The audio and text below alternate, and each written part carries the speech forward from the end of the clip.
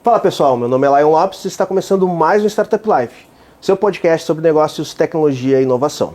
A gente hoje trouxe um grande especialista de um assunto muito interessante, que talvez seja um dos assuntos mais vanguardistas nesse momento quando a gente fala em tecnologia.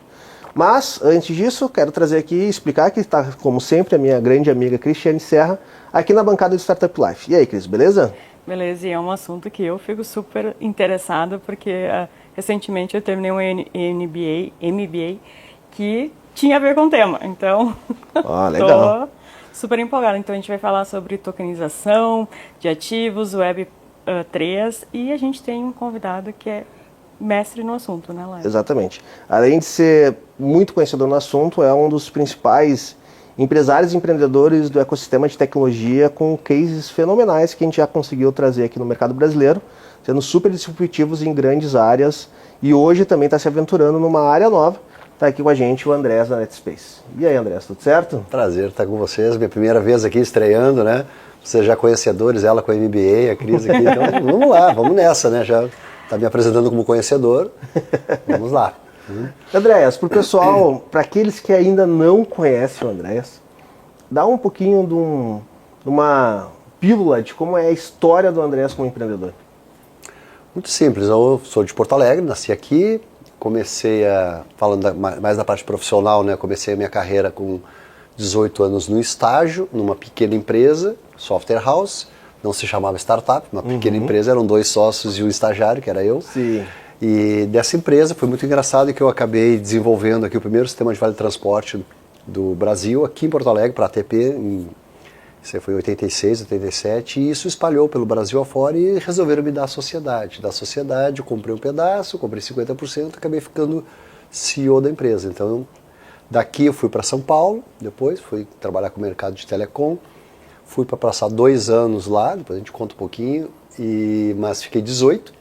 E montei 18 startups, na média uma por ano. Sim. 18 startups lá, a Netspace é a 19ª empresa, né, que eu voltei, no momento que eu volto para Porto Alegre, voltar às raízes, estar por aqui, cidade menor, pensei, bom, aqui é o momento legal de eu criar talvez a maior delas, a mais disruptiva delas, a mais complexa delas, que é a tokenização imobiliária. Então, sim, em 2 minutos, essa é a minha trajetória. Legal.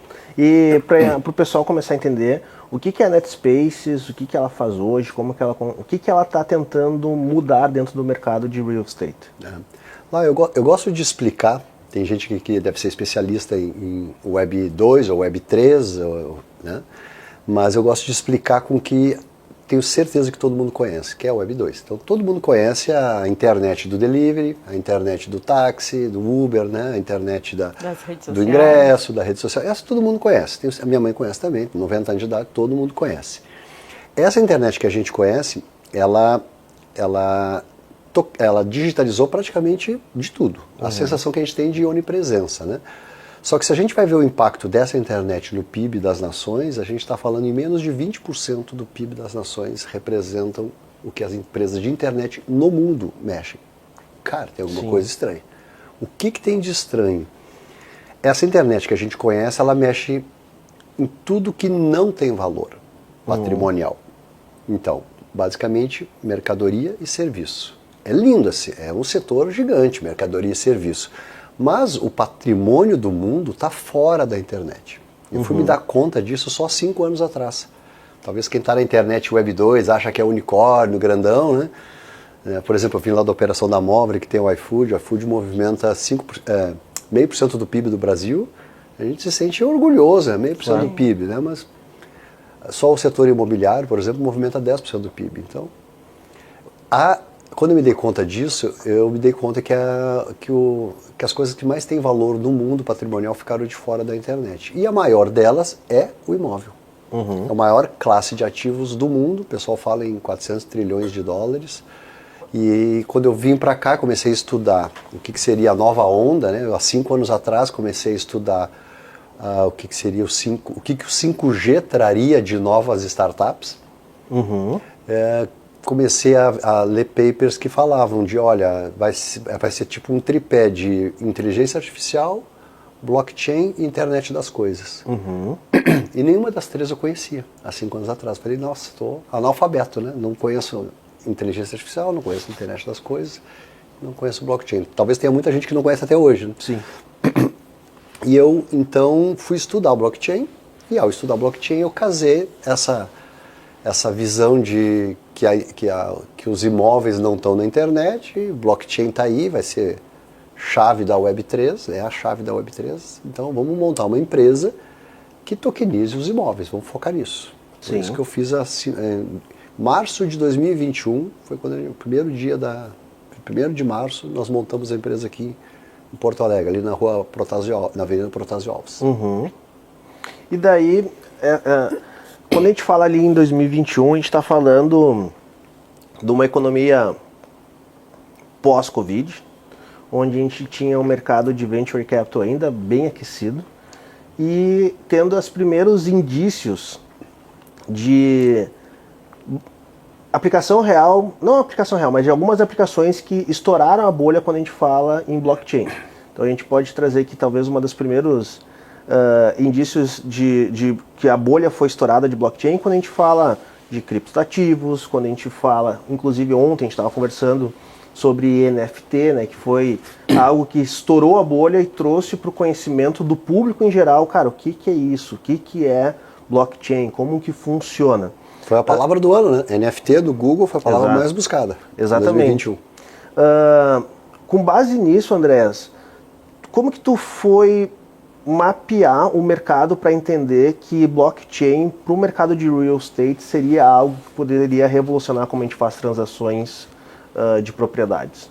Tá, bom, primeiro que eu estava estudando, né? Como eu não sabia nada em 2020, desse tripé, eu fui estudar, fiz aqueles cursos do MIT de 6 semanas, né?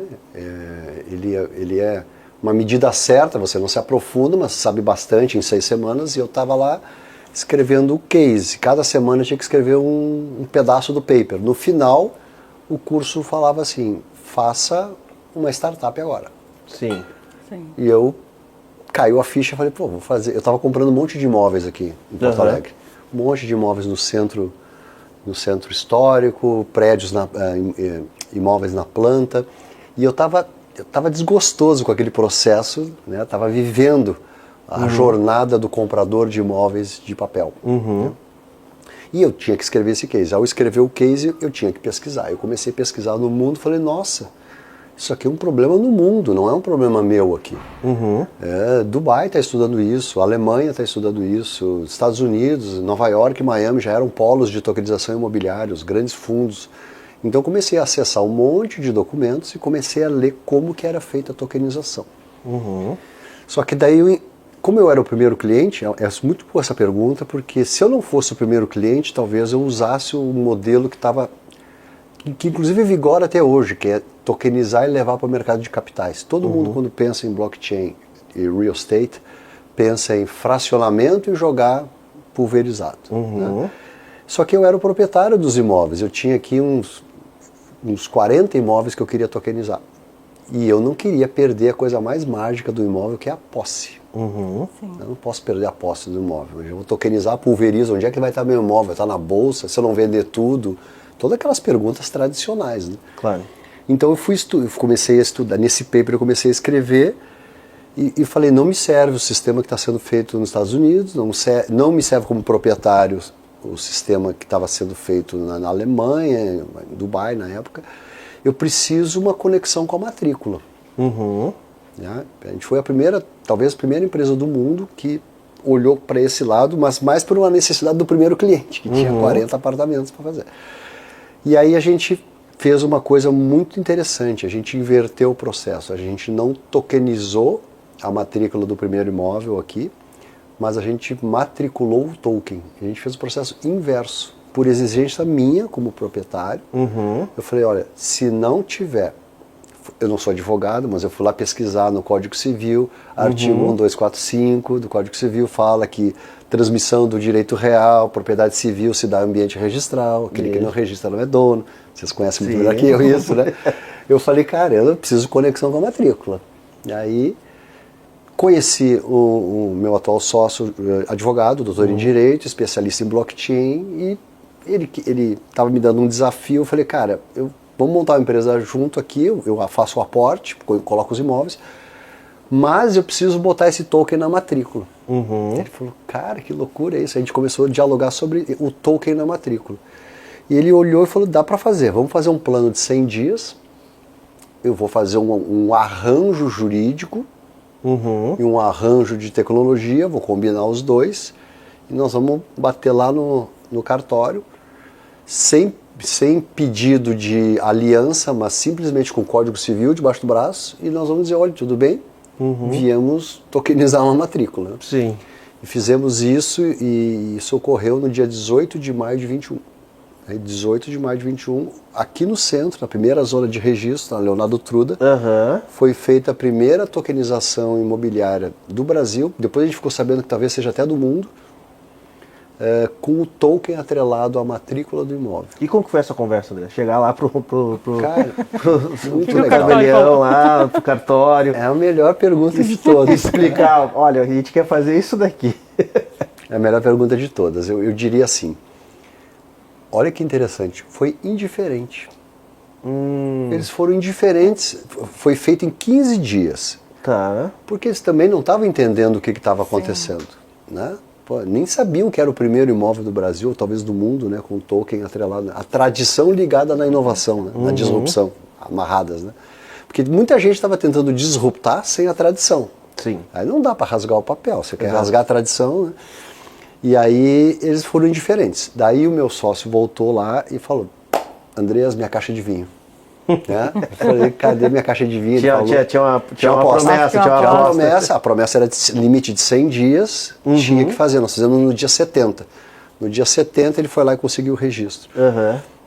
Daí eu falei, não, tá bom, vou te dar a caixa de vinho, só tem um detalhe. Como bom cara de tecnologia, nós vamos fazer um teste de carga. Toma agora aí 30 imóveis. Entreguei 30 imóveis para ele. Falei, pode voltar lá agora, tokeniza os 30, né? Sim. Tu já fez 2? Ele falou, não, beleza, ele já ficou meio assustado. Sim. O que aconteceu? Veio o segundo momento, que é o momento do pavor, do desespero, do ambiente registral. Isso aí se espalhou Brasil afora. Nós fizemos uma live nesse momento para divulgar o feito, né? E simultâneo tinha 1.000 pessoas na live, para te ter ideia. Você deve fazer live por aí, para botar 100 pessoas é difícil. Tinha 1.000 pessoas, caiu o sistema lá, tudo. Porque foi assim, se espalhou o link e foi muito dura a nossa vida. E as associações dos notários, eles fizeram suscitaram um monte de dúvidas. Assim, eu falo um monte, mas de forma estruturada, através de uma carta circular de 4 ou 5 associações de notários do Brasil inteiro. E a carta dizia, olha, estão tentando colocar um token na matrícula. Isso é legal? Como eu faço? Será que pode ser lavagem de dinheiro? Será que isso é um negócio de terrorismo? O que suscitaram? Tem transparência? Tem segurança? Uma carta muito bem estruturada que foi para a Corregedoria do Tribunal de Justiça aqui do Rio Grande do Sul. Nossa, a gente ficou assim, cara, e agora? Movimentou o pessoal. Bem, né? Foi para a Corregedoria, né? O Rio Grande do Sul sempre causando, né? E aí a gente estava causando ali e a gente voltou lá para o registro e tá, e aí, quando é que sai o registro?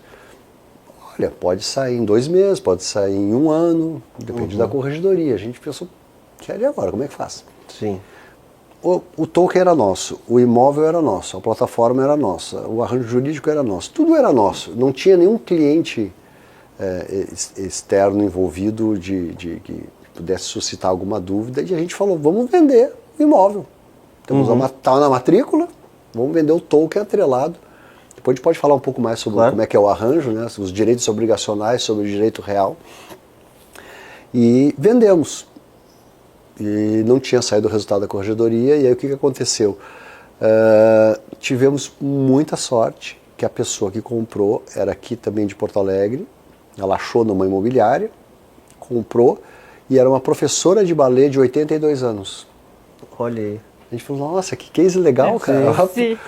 No ano que a NFT era a palavra mais falada do Google, né? Uma professora saiu uma notícia na mídia local aqui dizendo, olha, professora de ballet de 82 anos compra o primeiro token imobiliário do Brasil. Sim. Eu me lembro dessa notícia.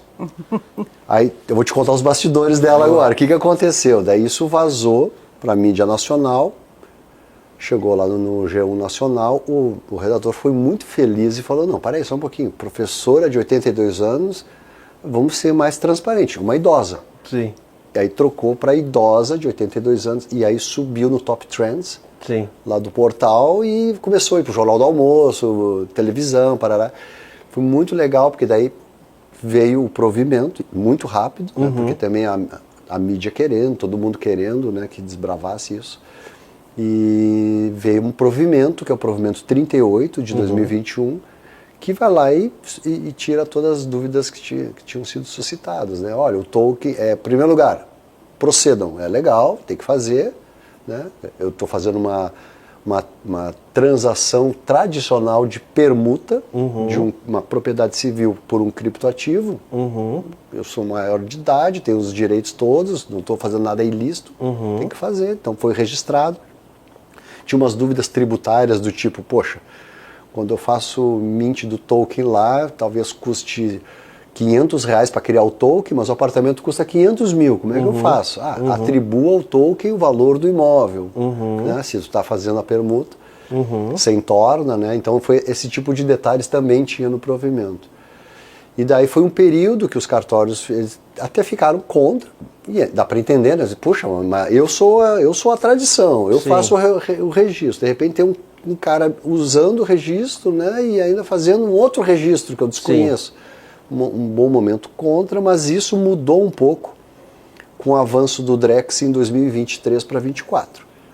O Drex, na época que a gente fez, não tinha Drex na boca de ninguém. Ninguém sabia o que era o real digital, tudo mais. Até tinha planos, mas nós, como brasileiros, não sabíamos, né? E aí os registradores começaram a ficar um pouco mais a favor desse modelo com o token na matrícula, porque pelo menos eles estão participando, né, da inovação. Então, eu diria que foi da indiferença, foi para o contra, do contra para o neutro, para a favor, e agora em 24 para 25, ele é um a favor com ambição de regulação, de ser, de alguma forma, participar regulando esse mercado, porque isso não é CVM, que é o imóvel, né? O pessoal mora dentro do token, como é que eu vou dizer que isso é mercado? Você mora no mercado de capitais. Perfeito. Não dá para dizer isso.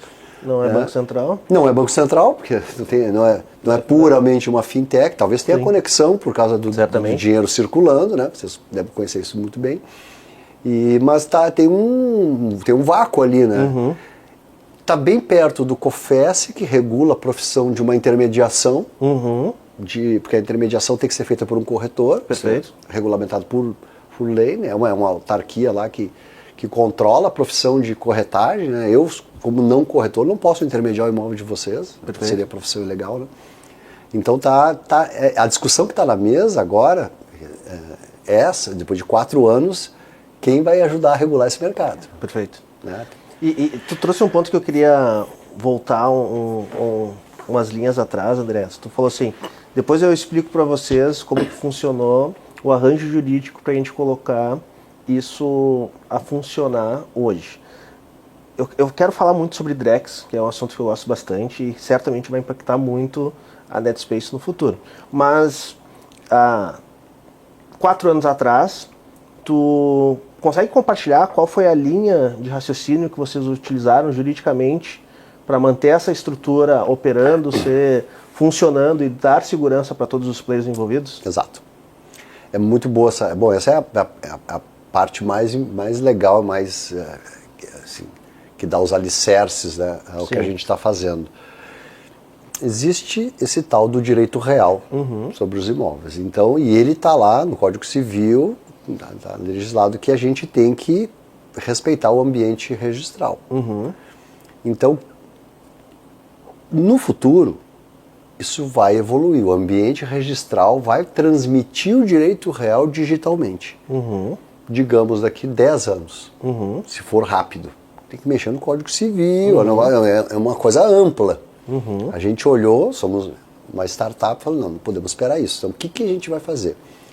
O que foi feito? Nós primeiro lugar, preserve a tradição do direito real, deixe ele lá, vamos respeitar ele, e vamos criar uma camada de direito obrigacional vinculada ao direito real. Em palavras simples, seria como se fosse uma promessa de compra e venda um pouquinho mais forte. Sim.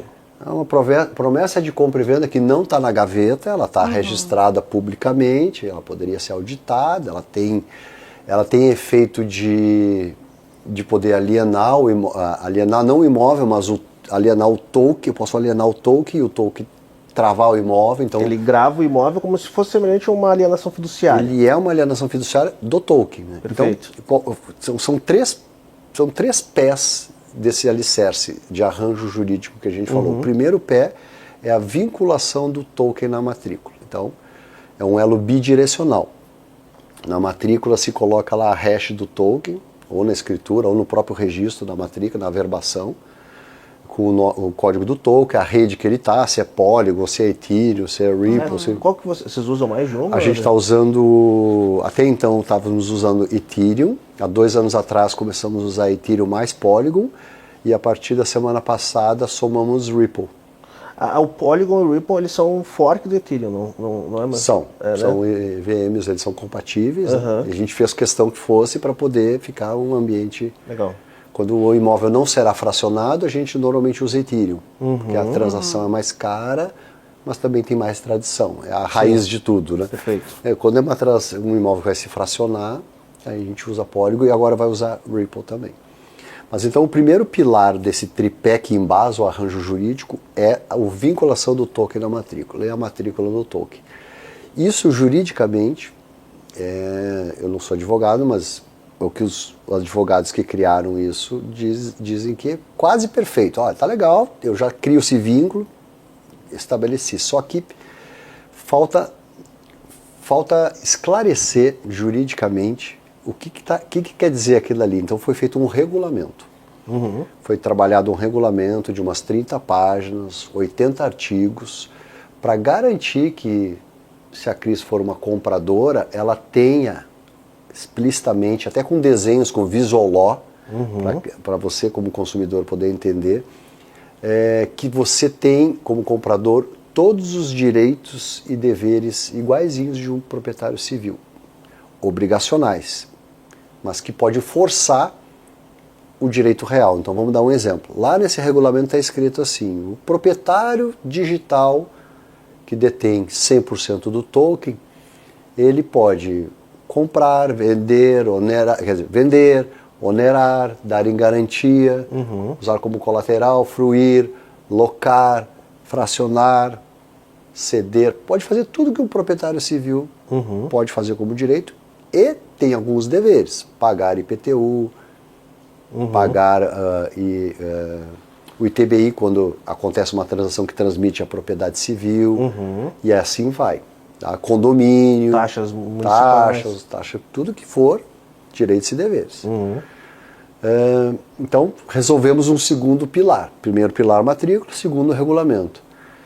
Mas beleza, agora eu vou fazer uma provocação em vocês e em todo mundo que está nos ouvindo, que é o seguinte: vou provar por que a morosidade não está no cartório do sistema imobiliário. Porque todo mundo pensa, vocês estão tokenizando imóveis, isso é uma briga com os cartórios. Não, o problema do mercado imobiliário, da morosidade, não está no cartório.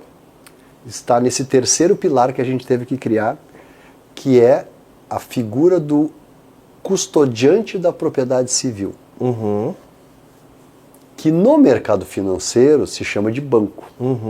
Né? Então, por exemplo, vamos falar primeiro do que a gente conhece. Eu vou fazer um Pix para vocês de R$1.000, você não vai desconfiar de mim, não tem problema nenhum. Estou te comprando, sei lá, alguma mercadoria. Teu iPhone usado, teu Android usado. Faço um Pix, ninguém desconfia. Por quê?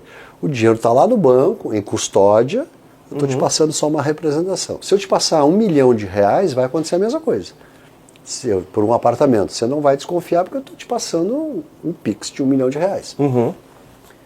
Se eu vier com uma mala, com R$1 milhão para comprar o teu apartamento, vai ser a mesma coisa? Sim. Não vai ser, né? Sim. Por quê? Porque essas moedas fiduciárias estão em custódia de você. Claro. É a mesma coisa com o apartamento. Quando eu vendo, qual é o problema atual? Não está no cartório, o problema está antes do cartório. Está no veículo de custódia que as pessoas usam para custodiar o imóvel, que se chama CPF. Não existe nada mais amador do que usar um CPF para fazer a custódia do imóvel. Por que amador? Porque o CPF, por natureza, ele está no meio produtivo. Ele tá para jogo, né? Bom português, ele está ali. O CPF casa, separa, tem filho, no casamento, fora do casamento, com a ex-mulher, com a família. Pode acontecer um monte de coisa. Morre, nasce, né? Então, o CPF ele tem esse problema. Então, por isso que na hora de fazer uma transação, nós precisamos fazer uma diligência. Vocês trabalham com um M&As, né? Sim. É um M&A. Cada imóvel vendido no Brasil e no mundo passa por uma diligência de M&A. Perfeito. Vai pegar uma vintenária, é a capivara do imóvel, né? Mesmo que esteja numa PJ, uma holding patrimonial, pode ser que seja pior ainda, porque o cara tem holding patrimonial. Perfeito. Esse cara está muito no meio produtivo, né? É empresário, grande, deve ter um monte de ações trabalhistas. Então, nós tivemos que criar um veículo de custódia que ele guarda o imóvel e ele não opera. Ele é um banco de imóveis. Sim. Tá? E quem é que é a figura certa para fazer essa custódia? Os próprios bancos. Então nós estamos usando os próprios bancos para fazer a custódia das propriedades civis. E os bancos, por outro lado, estão se preparando para fazer custódia desse mundo tokenizado. Né? Os bancos já têm veículos, estão criando. Né? O Itaú tem, a Itaú Ativos Digitais S.A., tem CNPJ, tudo. A Bolsa de Valores tem B3DA. Só que eles estão ainda do lado meio de criptomoedas e não chegaram desse lado de criptoativos, né? Ativos do mundo real, RWA e tudo mais. Assim, eu diria que a matrícula foi super importante, o regulamento também, mas o veículo de custódia é a mágica do negócio. É ele que faz a transação sair de 30 dias para 30 segundos. Sim. Porque quando a gente vamos fazer um teste de mesa, assim, temos a matrícula atrelada do token, temos o regulamento e temos o veículo de custódia. Vamos agora fazer uma transação. Eu vou te vender um apartamento. Digamos que você tenha conta em determinado banco. Banco X, tá? Ou Banco Y, para não ficar perto de X, né? De rede social. Banco Y. Você tem o Banco Y e eu te digo, olha, estou te vendendo meu apartamento. Tu vai me perguntar, ele é tokenizado? Sim, é tokenizado. Ele está em qual banco? Está no Banco Y. Ah, que legal, meu dinheiro também. Opa, que legal. Vamos fazer um DVP? Eu não estou querendo falar de Drex ainda, mas já estou falando de Drex. Vamos fazer um Delivery versus Payment? Sim, já aplica um Smart Contract direto. Eu consigo fazer DVP mesmo sem o Drex. A gente faz DVP desde 2021. Essa transação com essa senhora de 82 anos, que hoje já tem 86, né? Ela foi um DVP de reais, como se fosse um Pix do apartamento. Né? Ela passou um Pix para nós e nós passamos o Pix do apartamento para ela, atomicamente, lá no Smart Contract. E na carteira dela, hoje, ela tem um apartamento. E daí, depois desse resultado, faz a averbação da transferência de titularidade dentro da matrícula? Não. Por quê? Porque é a mesma coisa do Pix. Quando eu te passo R$1.000, tu vai lá no banco e diz, ele me passou R$1.000. Não, já está registrado online. Sim. Então, o que pode acontecer, que acho que está dentro da tua pergunta, lá é o seguinte. Eu tenho 100% do token, ou seja, eu tenho 100% dos direitos obrigacionais de um apartamento, da propriedade real, e esse apartamento está lá no Banco Y. Está custodiado a propriedade civil no Banco Y. Eu tenho direito de chegar lá e dizer, Banco Y, vamos até o cartório, porque eu quero tirar do teu nome, da propriedade civil, eu quero passar para o meu nome. Quero destokenizar.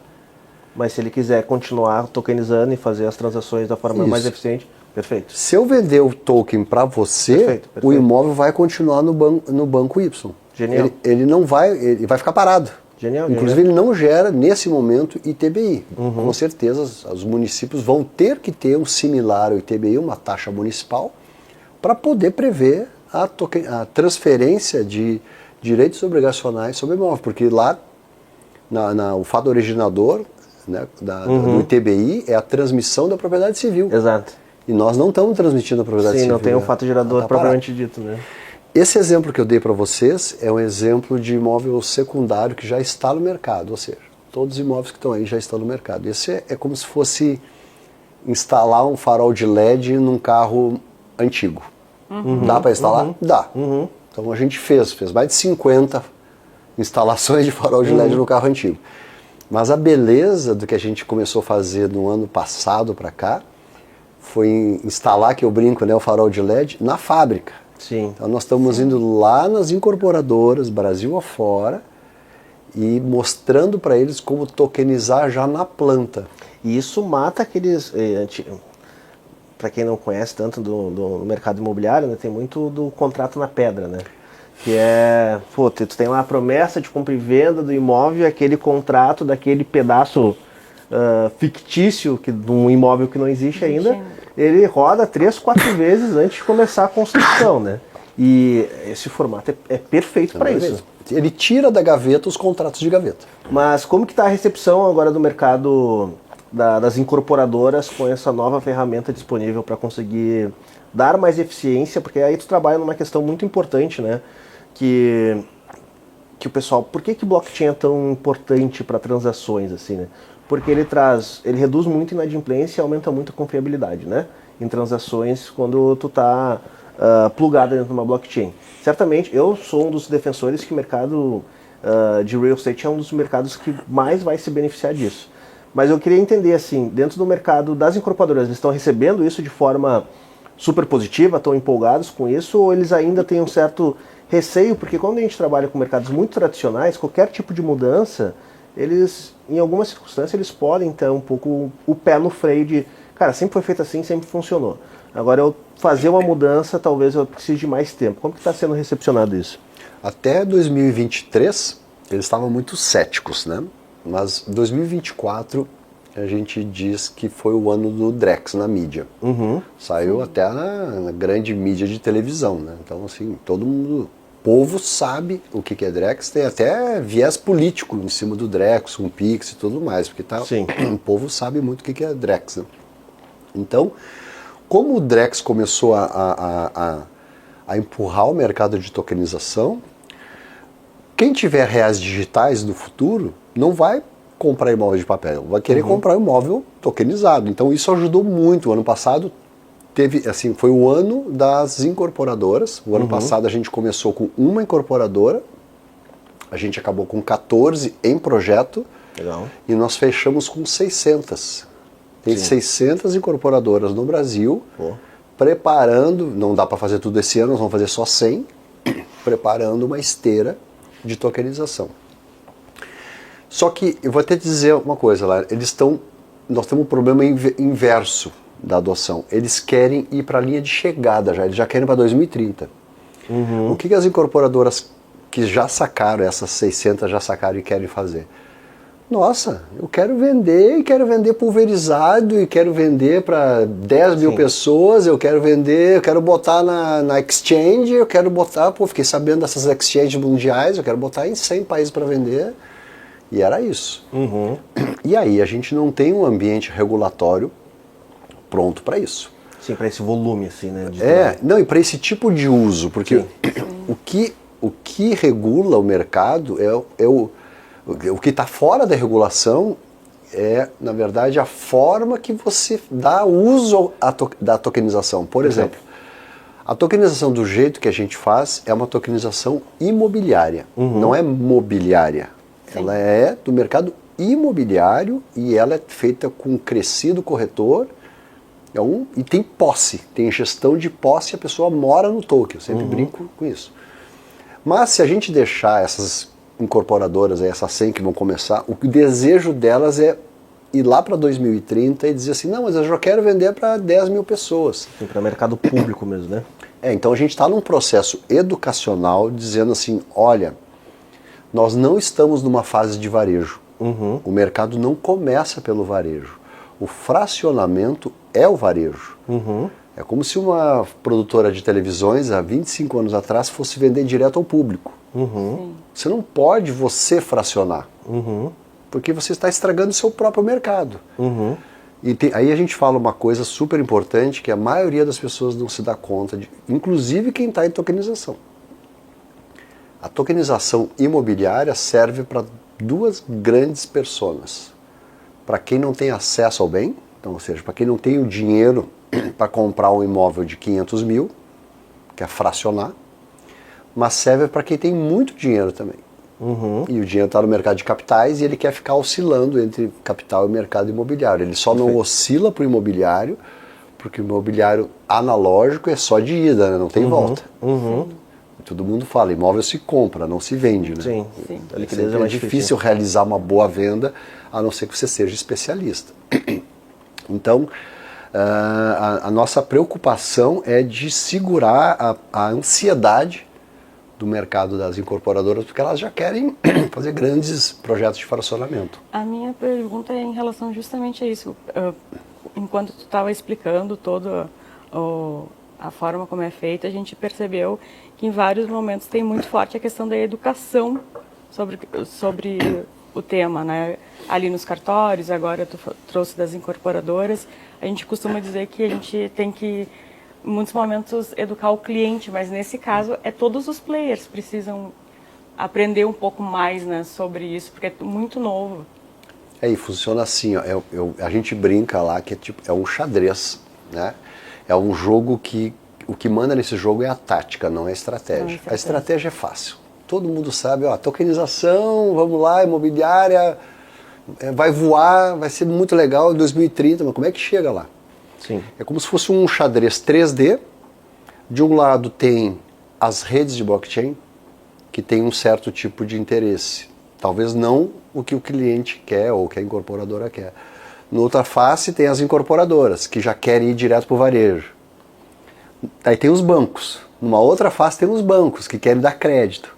Os bancos estão loucos para dar crédito e pegar o imóvel tokenizado como garantia, ou seja, o token como garantia. Para o banco é perfeito fazer a alienação fiduciária do token e não da matrícula. Sim. Porque se o token está atrelado à matrícula, eu consigo ter um efeito duplo. Sim. Eu estou alienando a matrícula através do token. Através do token, claro.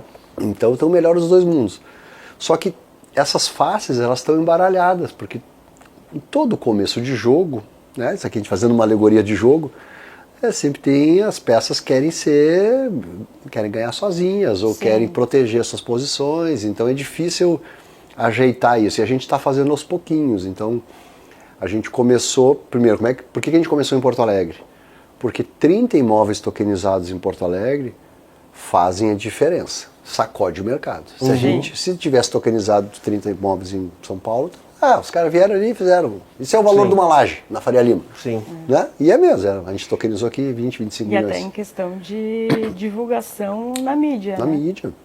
Né? Um impacto bem maior. Então como é que a gente fez a tática, né? Pega todos os ingredientes do primeiro bolo, não pede favor para ninguém e faz. Foi o que a gente fez. Em 100 dias, tokeniza, arranja o primeiro cliente, fala com a imobiliária, dá o desconto que precisa. Fez. Feito isso, tem a segunda etapa que é, o mercado quer operações de crédito. Tem crédito tokenizado? Não tem. Em 2021, 2022 não tinha. Então, como é que os bancos vão se interessar com isso? Os bancos querem. A gente falava com os bancos, nossa, os bancos estão loucos até hoje, eles querem. Sim. Só que, onde é que tem imóvel? Em Porto Alegre. Não interessa, para qualquer banco bad. Sim. Então, temos um problema de geografia. Precisamos expandir para o Brasil. Sim. Daí, no ano passado, a gente tinha só Porto Alegre e Caxias do Sul. Né? Não vamos a lugar algum só com Porto Alegre e Caxias do Sul. A gente fez um programa de licenciamento. A gente expandiu para 126 cidades em um ano. A gente espalhou. Hoje tem tokenização de Porto Alegre a Mossoró, no Rio Grande do Norte. Se você for a Mossoró, tem. Aquirás tem, que é do lado de Fortaleza. Eusébio, Betim, Contagem. Eu não vou saber falar todas as cidades que são. Eu tive em 30 dessas cidades, pessoalmente lançando. Então eu estou mexendo na face do jogo lá geográfica. Sim. Quando passou de 100 cidades, os bancos começaram a ligar, que é a outra face lá, então, o crédito. Sim. Opa, vocês estão em 100 cidades? Eu quero empresa. O que vocês estão fazendo? Nós estamos tokenizando na planta. Você não quer plugar o banco desde a planta para a Cris poder comprar o imóvel tokenizado já com crédito atrelado ao token, então mais uma etapa vencida que foi o crédito. E assim vai indo, né? Não, é genial e é uma arquitetura de interesses desculpa a redundância, muito interessante. Muito interessante.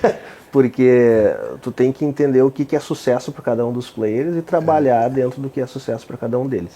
Mas a gente estava falando bastante em banco, tokenização, e daí é impossível, né, André?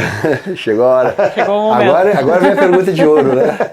É impossível a gente não perguntar como que é a tua visão para o mercado com o Drex, que, sem dúvida nenhuma, tem o potencial de ser um dos principais, ou talvez a principal inovação na infraestrutura financeira nacional.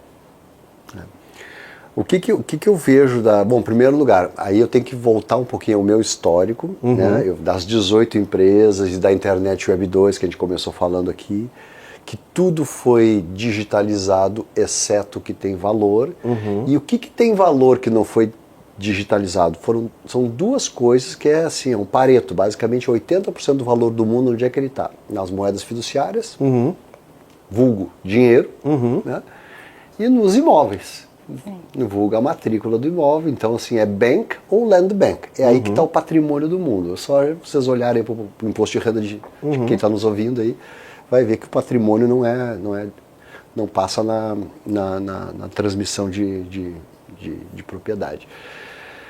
Quando a gente fala do Drex, tu está chamando o Drex agora, o que tu está chamando? Tu está dizendo assim, olha, Andrés, está sendo tokenizado esse lado da moeda fiduciária. Cara, e esse lado vai empurrar o outro lado do patrimônio, que é o imóvel trocado pelo digital. Então eu comecei a pesquisar, não só o Drex, mas eu comecei a traquear os projetos de CBDC no mundo. Eu tinha traqueado 80 nações, eu dei um refresh há 2 meses atrás, são 140 nações nesse momento com projetos de CBDC, que é Central Bank Digital Currency. Perfeito. Vulgo Drex em cada um dos países, seja nos Estados Unidos, seja na Europa, o euro digital, Yuan digital, rúpia digital. Então eu vou traduzir para você em experiência que a gente espera, não só nacional, mas internacional. O que a gente já pode fazer e que com o Drex vai ganhar potência nacional e mundial. O que a gente já pode fazer com a tokenização do jeito que está hoje? Eu posso pegar um apartamento aqui na rua Benjamin Constant, que tem alguns imóveis tokenizados ali. Posso pegar esse apartamento de R$500 mil, e se eu tiver um apartamento similar tokenizado em Mossoró, vou dar o exemplo de Mossoró, no Rio Grande do Norte, tem um house lá que está sendo tokenizado no Rio Grande do Norte. Se tiver e aqui ali na Benjamin é um estúdio também, então estamos falando de 2 estúdios que valem R$500 mil. E eu tiver alguém se mudando de Porto Alegre para Mossoró, eu vou mandar as malas dele lá de avião e a propriedade do imóvel eu vou mandar via tokenização. Nós vamos poder se mudar com a propriedade do imóvel. Eu vou mudar meu apartamento. Meu apartamento que hoje está aqui em Porto Alegre, eu posso mudar ele para Floripa, propriedade dele. Isso aí para essas gerações novas que estão vindo, que não querem ter a propriedade, mas ao mesmo tempo não querem ficar pagando aluguel. E por que eu conectei com o Drex? Porque o Drex, ele é só a parte do Brasil no movimento. Perfeito. Nós estamos num mundo de 140 nações fazendo isso. Tudo bem que os Estados Unidos deu uma atrasadinha ali de propósito no CBDC deles, né? Porque os Estados Unidos têm o dólar de papel que manda na comércio do mundo. Então tem que mais que atrasar mesmo, porque na visão deles, né? Estão se protegendo, né? Claro. Mas não tem como parar o dólar digital, não tem como parar. Não tem sentido ficar imprimindo nota de papel. Né? A hora que tiver o Drex digital, né, e tiver o euro digital, e já tem o projeto formal no Banco Central do Brasil do Drex transfronteiriço, Perfeito. eu te elevo essa potência de transferir meu apartamento daqui para a Alemanha. Perfeito. Aí acabou. Aí nós estamos no mundo aí nós viramos digital. Perfeito. Aí nós estamos como é que funciona uma fintech que vocês conhecem tanto, né, que tanto faz um lugar que está ali, o bem, você transmite os valores para lá e para cá. Então eu acredito realmente nessa usabilidade. Como se fosse vou tentar resumir em 2 grandes usabilidades. A movimentação da propriedade imobiliária, que hoje ela é física e fixa, né? Então, ela, se tiver aqui na Rua dos Andrades, ela está ali e não sai mais. Perfeito. Ela vai poder sair sim, porque ela tem um token compatível do outro lado. Sim. E ela faz um swap em tempo Ela real. Faz um DVP de 2 apartamentos. Sim. Olha que interessante isso. Em quanto tempo tu acha que isso vai estar disseminado? Isso é um efeito que a gente chama de gradually then suddenly. É gradual e de repente. Nós estamos uns 4, 5 anos no gradual. Quando que o de repente vem? Quando bancos grandes entram nesse negócio. A gente começou com as cooperativas, que são bem fortes. Sim. Tem bancos grandes entrando. Por exemplo, a Caixa Econômica Federal, eu posso falar porque é um dado público, Sim. tem um edital aberto desde setembro do ano passado para comprar uma carteira digital, até 3 soluções de carteira digital, para guardar ativos digitais. Dentre eles, imóveis em formato de tokenização imobiliária. Então, assim, Legal. Quanto tempo vai demorar? Mesmo que demore 2 anos, quando uma Caixa entra, ou quando o Itaú entra, quando um banco desses entra, acontece o suddenly. Sim. No nosso business plan, a escala, o começo da escala larga começa entre 27 e 28. Mas assim, quando a gente fala isso, assim... Claro, uma previsão, né? Mas mesmo assim é muito curto, né? É É muito curto, curto. é curto porque já está há 4, 5 anos. Então, assim, um ciclo de suddenly normalmente se dá em 5, 6 anos, normalmente. E talvez esse demore uns 7 anos. Não estamos falando se vai ser em 5 ou 7, não importa, mas ele está ali e tem um motivo para ser gradually then suddenly. Porque você chega para um banco, independente do porte que ele seja, se ele faz financiamento imobiliário, a mudança para o financiamento imobiliário com colateral de um token como garantia é muito disruptiva. Tem que ser muito bem pensada. Você pega uma Caixa Econômica Federal, ela faz 3 mil financiamentos por dia. Sim. Deve estar fazendo talvez um pouco menos agora por causa do esgotamento dos fundos, do aperto dos juros, né? Sim. Mas, digamos, entre 2 e 3 mil financiamentos. Olha, multiplica isso pelo ticket médio de 250 mil. Sim. Faz vezes 30 no mês, só ali quantos bilhões tem no primeiro mês de tokenização. Sim. Numa brincadeirinha só. Então, assim, a gente espera que 27, 28 começa a curva. E aí não sou eu que estou falando, mas os institutos de pesquisa, Boston Consulting Group, McKinsey, prevêem que até 2030 esteja tokenizado 10% dos ativos do mundo. E ainda nesse reporte do Boston fala o seguinte: se a tokenização fosse um país, seria o 3º país do mundo em termos de PIB. Então nós estamos falando de um novo país chamado tokenização. Sim. Em 3º lugar ali, China e Estados Unidos, né? E token. Andreas, cara, foi um dos podcasts mais interessantes que eu participei, disparadamente. Que legal, cara. Eu conhecia, obviamente, o case da Netspace, mas ouvi, assim, diretamente. Genial, realmente foi genial a ideia, parabéns pelo projeto que tu está desenvolvendo. Para a gente chegar aos nossos finalmente, eu gostaria de te fazer a última pergunta, para entender, porque também tem 2 coisas que a gente não pode falar, que é o bingo de todo podcast hoje em dia, né? Quando a gente fala sobre tokenização, mercado financeiro, a gente tem que falar sobre Drex, e quando tu falou assim de novas tendências, a gente tem que falar sobre inteligência artificial. Se tu enxerga que isso tem algum impacto para o mercado de tokenização ou não. Lá, eu acho que não é esse momento, a gente tem um caminho longo ainda para a gente entender como o IA vai se performar nesse tipo de cenário. Eu adoro esse tipo de provocação, porque é o seguinte, né? Qual é a tendência do impacto da inteligência artificial no que a gente está fazendo, né? Eu fui estudar isso um pouco há 5 anos atrás, antes de fazer. E o que eu tenho notado é que para estudar a tendência da internet, tem que estudar uma coisa que vem antes dela, um pouco embaixo dela, que é telecom. Que é o mercado da onde eu vim. Nos últimos 25 anos eu estive em telecom, criando as redes de SMS, os primeiros aplicativos. Então, em telecom, se você olhar as últimas 5 gerações até chegar no 5G, você vai ver que sempre tem algum viés por trás. 1G, que era mensageria, mundo de SMS, né? Depois multimídia messaging, 2G, não era 3G ainda, porque a gente ficou sabendo que existia G do 3G, né? Tinha um 2G que era o wallpaper ringtone, vocês vão se lembrar disso. 2G, aquilo era 2G. Ninguém falava 2G, mas era 2G. Aí vem o streaming. Quando chega o streaming, começa a vir um monte de animais diferentes de streaming, como eu criei o Play Kids, teve Spotify, teve Netflix, tudo isso é filhotes do streaming 3G. O 4G é onde nasce o movimento que vem da China chamado O2O, online to offline. O Andreas está online, o motorista de táxi está offline. Vamos fazer um online to offline, vamos ligar os dois. Táxi, ingresso, comida, O2O veio do 4G. O 5G, ele está intrinsecamente ligado com inteligência artificial, blockchain e internet das coisas. Então é um tripé.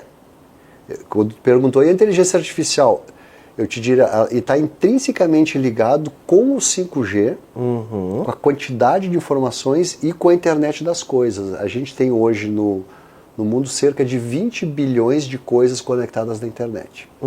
São 8 bilhões de pessoas, a maioria tem um tipo de acesso à internet, digamos 7 bilhões, vamos arredondar um número aqui, mas já tem 20 bilhões de coisas conectadas. Em 2030 vai ter 100 bilhões de coisas conectadas. E o que é coisas? Fechadura, geladeira, carro autônomo, carro voador. Câmera, um monte de coisa.